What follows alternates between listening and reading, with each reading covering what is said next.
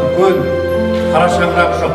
Сол себепті де осы қара шаңырақ ертеңгі Құдайберген Жұбановты да Құдайберген Жұбановтың артынан ерген үлкен династиясының да еңбектерінің ары қарай жариялануына, халыққа жетуіне үлкен себепкер болатын осы Жұбанов университеті.